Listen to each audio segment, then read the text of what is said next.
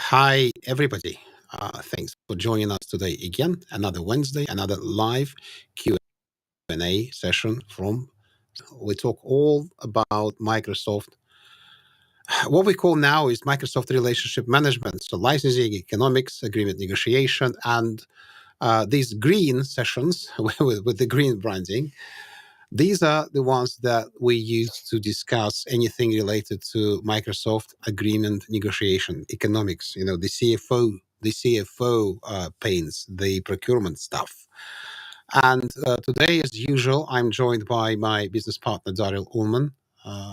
He is the chief negotiation officer of SAMexpert, and I apologize. I think the audio quality from me today is not perfect. So, but Daryl will mostly be speaking, and we will, as we started recently, cut the most interesting pieces of this presentation and publish them as separate videos with better quality. I'm recording myself locally, just for those of you who understand what I'm talking about. So yeah, Daryl, thank you. And let's maybe say a couple of words, and then without further ado, let's jump into the actual conversation. Okay, so thank you, Alex. As always, we've got a Q&A session, 30 minutes. This time, Alex is going to be the moderator, and I'll be providing hopefully some insightful questions, some insightful answers regarding unified support, a topic that is coming up more and more by our customers. So we bring up issues and areas of interest that we see recurring on a constant basis. Questions coming in from our from our followers and from our community, and also from our community, and also from our day-to-day interactions with our customers around enterprise agreement renewals that many times lead or don't lead, but are accompanied by unified support, what was known in the past as premier support. So, Alex, do you want to just maybe kick off and set the tone for I will. the session? Yeah. I remember when Microsoft started putting everybody onto unified support, when you still almost had a choice between continuing to procure Premier support, which was easy to understand. You paid for actual services, you paid for actual hours It was or easy, tickets. It's easy. It transparent. was I think the word accountable. is Yeah, transparent. It was a transparent agreement. that's the right word. And Exactly. when was that? Remind me, when did that? When did the change happen? Let me think, 2018-ish. I may be wrong here. I may be a little bit off. I think it was 2018. I was working on a very large enterprise Yeah, I agreement also think renewal, it like was around 2018. So it's been now 3-4 uh-huh. years. But you know what? Funny enough, it's still referred to as Premier Agreement. So, so when we have conversations around renewals, it's interesting that people still refer to it as we have a Premier Agreement renewal. It's still not referred to as a standard as unified. So Premier Agreement that was around for, I don't know, 20 years plus minus. Then back in the 2000s, I think it was introduced, maybe slightly before that, was so embedded in the minds of everybody that it just stuck.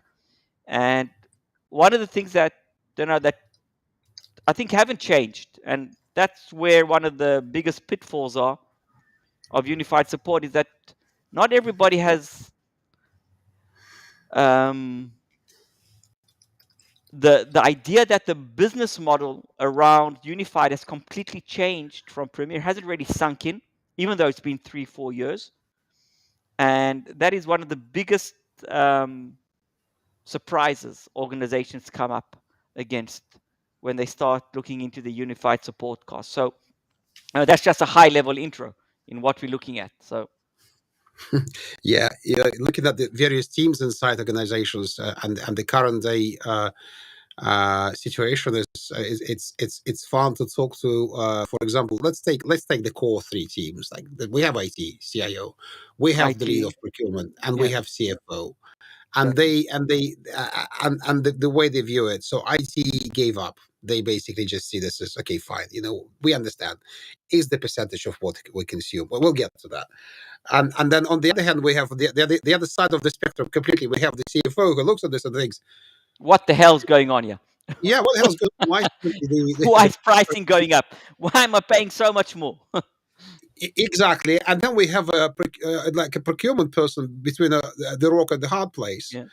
The rock and the hard place, which is IT and CFO, which needs Procurement to manage had actually. the most difficult job in the Yeah, organization. Let's be I, truthful. as somebody told me recently from procurement, they said, you know what we do? We manage risks. Yeah. We don't manage costs. We don't manage. We manage risks most of the time, and this is a massive risk which they have no control of because. Yeah, well, let's try and explain it. Let's go through the questions. We So want to give them some control. We've got some tips today that actually can provide them with a bit of control over their expenses. so one of the questions that we hear recently from clients that we deal with on a day-to-day basis is um, is the kind of the hell question. Why are unified support prices increasing even though I'm not utilizing more services? That's confusing. It's confusing, and I'd even say, from a business perspective, if it wasn't Microsoft and you were dealing with a smaller vendor, it would never fly. No, there's no provider out there that can increase costs automatically, provide the Mhm. same level of service, and nobody's going to say anything. It can only be with Microsoft, and I'm being a bit blunt here. And the reason being is that the unified support is a masterpiece of an agreement, an understatement. The way that it's structured, okay, the way that it's structured, that it's based on your actual consumption costs of your enterprise agreement and your Azure monthly billing statement is is unbelievable. So so basically, regardless of you actually consuming support or consulting services or proactive support from your Premier, from your Unici, I'm still a Premier, your unified support contract, because you're actually paying a percentage of your overall enterprise agreement and and Azure costs, monthly costs, you've actually lost control. And you're not seeing the value that you're actually paying for. So what's happening is that you sign an agreement and you got a fixed price, at least that's what you think you have. And 3 months later or 6 months later, your Azure spend spikes up. And we all know that's happening to most organizations.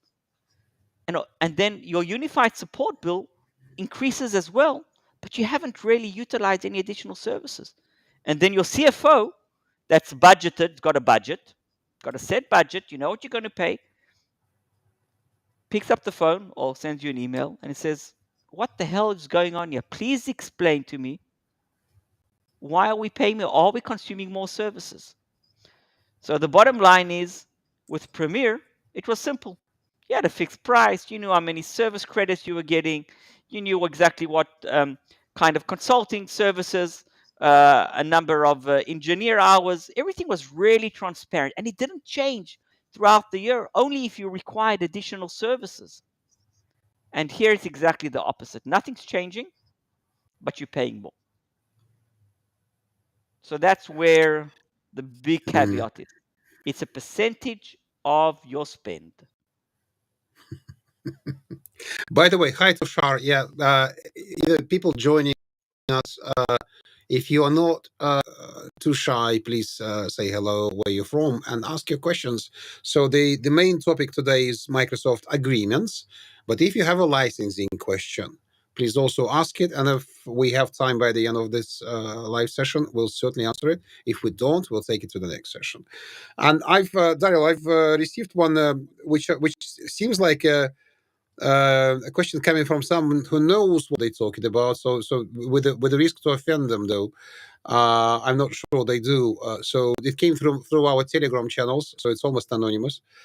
Can I offset my unified support costs by using software assurance benefits? How is this supposed to work? But maybe you know. Okay, so actually you can, but it's limited. So you can actually utilize, and again it's changing. Software assurance benefits are declining. So you all know that there was a very nice software assurance benefit package initially, where you also got support credits. So what Microsoft did in the past, and they're still doing it, but it's because software assurance benefits are, I don't know, maybe you want to say a word about it, but the it's not really a big benefit anymore. So that's declining. But there was a time where there was a substantial amount of service credits, of support credits within the software assurance benefits, the SAB, the SAB. And what Microsoft did, they basically they took those SAB benefits for support, they translated it into a monetary figure. So they did a certain calculation, and if you got this, okay, this is worth $50,000, $100,000, and then they credited you off the first year of your unified support costs. So just say your first year support cost was supposed to be $200,000, and you're expecting to budget 200, 200, and 200. Microsoft offset the first year, just say by 100,000, by providing you a conversion of those SAB credits. So the first year you paid 100,000. Now, if you didn't pay attention, and not everybody pays attention, it's only for your first year. So if you only budgeted 100,000 because there was a bit of confusion around that, the second year is a big surprise, because the second year now is 200,000. It might even actually be more, because your Azure spend went up. Maybe you had internal growth, so you added on a number of M365 licenses. So that, of course, will increase your overall spend. And then from 100,000, you go to 200K, if not higher. Again, if you don't set your budget correctly, and you didn't understand that those SAB benefits, those SA benefits are only applicable to year one of the contract. And again, even that is disappearing, because SA benefits are declining. Alex, maybe you want to say something about what's changed, what you've seen in the last 12 months, or the trend that we're seeing around SA benefits. It actually started 2 years ago, not in the last 12 months. Microsoft has taken out what they call it non-licensing benefits of SA. So they bring in licensing benefits, which I would not call as any more licensing benefits. It's more like twisting Microsoft, but twisting the I think my audio is not good quality right now. No, it's not very good. So it's not very good. So then, let me just continue. Maybe you want to post the next question, and then I'll just do all the talking until you get your audio and video back. Let me post it actually. So I'll put it into chat. Yeah, just put it into the chat box. Let's see what the next question is. Okay, what are the key mistakes made when negotiating unified support contracts? That's a really good question. So I want to talk about, first of all, the first mistake is not understanding the model correctly. Now, I'm not saying people are stupid out there, but it's very misleading. Okay, it's misleading. There are times, one of the mistakes or misconceptions is that your cost is going to stay constant over the 3-year period. It's going to stay constant because you misunderstood that the percentage is based on your actual spend, and spend fluctuates, spend changes. It never goes down, it goes up. So that's the first mistake. The second mistake is that if you are a really large organization, depending on I'm talking about a very large enterprise organization, you need to understand that you can actually negotiate two factors. Okay, I'm not saying that it's trivial, but there are two factors that can be negotiated. One is the percentage you're actually paying. So there are different tiers of what the percentage of your Microsoft spend. It fluctuates between 6 and 10. So there are very, very accurate tables. So you have to go, you ask for the Microsoft conversion tables, the percentage that you're going to be paying from your spend. And there are certain tiers. I'm not going to get into the details. Just Google it or go to our website. We've got a really good article on unified support. Maybe Alex, you can put it into the chat. And all the tables are there, all the data's there, so you don't need me for that. But you mean the basically, article? Yeah, I wanted to show it, so I'll so put just it bring into it the up. chat. So just bring it up, but I don't want to spend too much time. Just everybody knows it's actually there. So you can actually you can negotiate the tiers. Again, depending on your size, depending on how you coordinate that unified support contract with your other renewal. So if you do it together with your EA renewal, or maybe with a new Azure Mac agreement, you've got a better chance of actually adjusting the tiers. So that's one mistake of not understanding or not pushing to adjust the tiers. Another mistake is, oh no, well, I won't even call it a mistake. I call it uh, um, I don't know, lack of knowledge that you just have because you negotiate this once every 3 years, or maybe it's the first time you've ever negotiated this contract, is that you can actually, again, depending on the size of the organization, you can actually cap the potential growth of your spend. So, for example, you can have a clause of not to exceed. So if your contract's at 200,000 per year, and you are, I'm just giving you a number. It can get much, well, we know unified support can get into the millions per year. So if you're expecting huge growth on your Azure spend, but you're not expecting to consume additional services, support services, have a discussion with Microsoft on actually capping that 200,000 to 250 to 275, not to exceed. So you don't have those surprises coming your way. Now you need to look at everything holistically and then understand that, yes, that is negotiable depending on what leverage you can bring to the negotiation. It's not about you can just go and ask because Daryl said that it's possible. It doesn't work like that. You can try. I'm not sure they're going to like hearing my name just as if you just throw it out there. But you need to build up the right leverage in order to have a conversation about those points that I just discussed. Almost, I would say, basic negotiation strategy. Build up leverage, build up alternative that we can discuss in a minute, and then put your requirements, demands, targets, whatever you want to call them, on the table, and now have a discussion. So, speaking of alternatives, we do have a question, which again, it's a pretty frequently asked question recently because people are fed up with uncontrollable costs of unified support, and they're looking for alternatives. And for example, in the Oracle world, there's Rimini Street. There's another company I forgot. There's Spinnaker Spinnaker, yes. as well. And Spinnaker and Rimini. Yeah. do we have alternatives in the Microsoft world? So we do. There are alternatives. I'm not going to name names because we don't. I'm not here to promote anybody. You can Google them. You'll find that very simply. Just Google unified support Yeah, but alternatives. are you But allowed? How legitimate it is to use them? So let me just I want to separate my answer. So my first answer is yes, there are alternatives out there to unified support. And from feedback that we've been hearing from customers, actually it's not bad. It's actually I want to say it's good support. Okay? I'm not there. You need to speak to customers. It's good support. At least that's the feedback that we're hearing.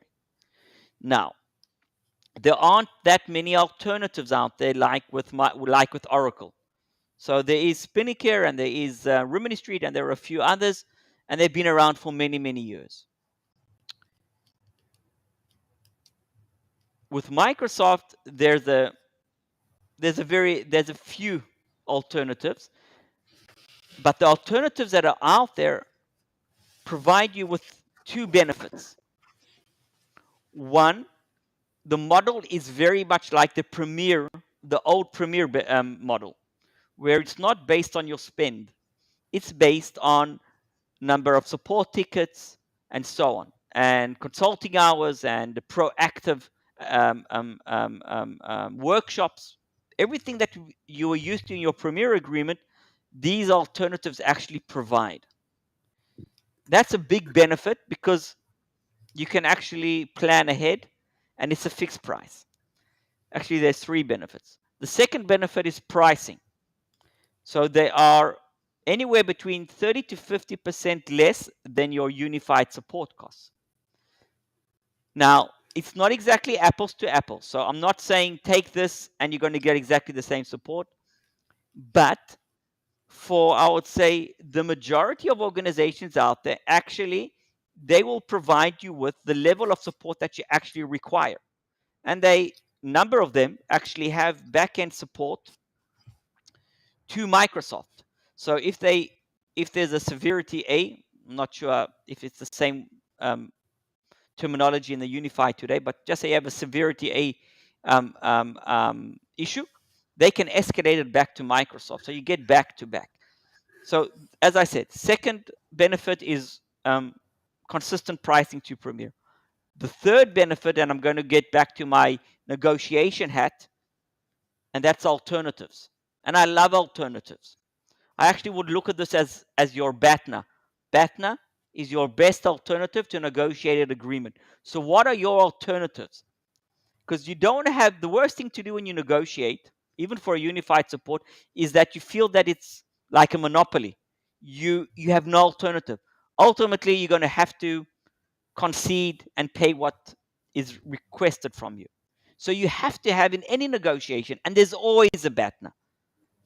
There's always an alternative. So if you at least bring in an option of a third-party support, and Microsoft knows of these companies, they're not foreign to them,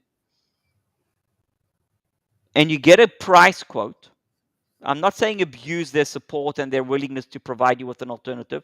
Get into a conversation with them and then benchmark them. Benchmark Microsoft, benchmark the competitor. Like any kind of negotiation, I know it seems peculiar to actually benchmark Microsoft or to have a alternative to Microsoft, because I think that we're also used to Microsoft being Microsoft, except for maybe Azure services, cloud services that you got AWS, you've got Google Cloud and Microsoft. So that's a new world of alternative. But there's another alternative out there. So it might not be that big an agreement, but it's still money wasted that can go somewhere else. So yes, third benefit is an alternative pricing, and from our experience, it can change the dynamics of the discussion completely. Good. Thank you. Now, I would like to close off this session with answering any audience questions. And for now, we have just one, but I think it's a good enough question. So, Please. and it's easy one to answer. It's licensing related. So, Tushar is asking, can we reduce the number of licenses if we have, I guess, an enterprise agreement for If we 3 have years signed in an terms of enterprise agreement. perpetual licenses? So, perpetual licenses, you can't reduce them. As simple as that. So Yeah. when you are absolutely sure that you're talking about licenses like especially licenses like Office Professional Plus, not Microsoft 365, Office Professional Plus, or Windows 10, Windows 11 per device, those licenses you can't reduce. Then any other perpetual licenses like Windows Server, SQL Server, the only option for you to reduce them is when you renew the enterprise agreement after 3 years. That's why we actually suggest when you renew an agreement, look at mixed options. For example, certain cloud enrollment allows you to at the same time buy perpetual licenses and subscriptions, and that makes you more flexible. If you switch to online services, then go for a purely enterprise subscription agreement and move everything else, all the other licenses, move them to an alternative agreement like MPSA or to your server and cloud enrollment, and that will provide you a lot of flexibility on the number of what you can do with Microsoft 365, as long as you license everybody with Microsoft 365. So, yeah, the simple answer to your question, Tushar, is No. there's no way. That's the whole point. You perpetual licenses, and then also you committed to pay for software assurance for 3 years, and there's no way out, really. So you have to pay all that money, unfortunately. Yeah. So that's the only question for now. If anyone else wants to ask a question, by all means, we'll take it. I think I have a few more questions about unified support, Daryl, but you more or less answered them during answering the other questions, because one of them is, for example, how is pricing calculated? You said that. Is the year one cost of unified support is the same as year two and year three? I hope the audience can figure out from what we just explained. Is that no, it's not? Not necessarily. Not necessarily. But okay, so how do you fix it? Can you fix it? Okay, let me put it. If you want to take this as the last question, I'll Let's put go it for it. in the captions, and then please answer it. Just a sec. There you go. It was about the same. So, not as a standard, being that if you still do have software assurance benefits that you can utilize, then that can reduce your first year cost. Might be substantial, it might be just a dent in the cost. But that first year discount or reduction in cost will not carry on to this year 2 and 3. So you have to budget for that. Now you can't amortize that reduction over the 3 years. So you have a fixed fee. Microsoft won't provide that to you. In addition, because your EA will grow due to sizing of your internal user force, so your M365 licenses will increase, your SQL Server licenses will increase, your Windows Server will increase, even if you have Dynamics and everything else that are very expensive licenses. And of course, if you're an Azure customer, that's going to increase. Then your cost for year 2 and 3, regardless, is going to grow. So one of the things that you have to do, your responsibility to your CFO, is to actually budget a cost increase every single year of your contract. Or if you're big enough, as I pointed out, I'm going to end with this, try and negotiate a not exceed or cap on your support costs. So just keep that in mind as an option for your next negotiations. Daryl, thank you. On this note, we've come to the end of our 30-minute weekly live stream on each Wednesday that we have here on YouTube channel. Please come to our next live. You can always check what we're going to discuss just by going to our YouTube channel's homepage, and there are upcoming live streams. Usually there are 3 or 4 pre-scheduled.